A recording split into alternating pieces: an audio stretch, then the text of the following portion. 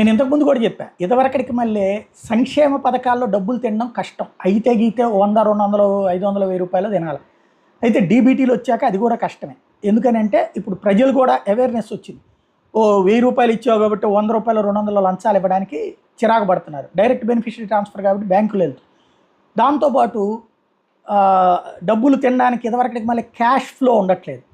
కాబట్టి ఇప్పుడు రాజకీయ పార్టీలు, అధికారాల్లో ఉండే పార్టీలు కొత్త పద్ధతిని నేర్చుకున్నాయి.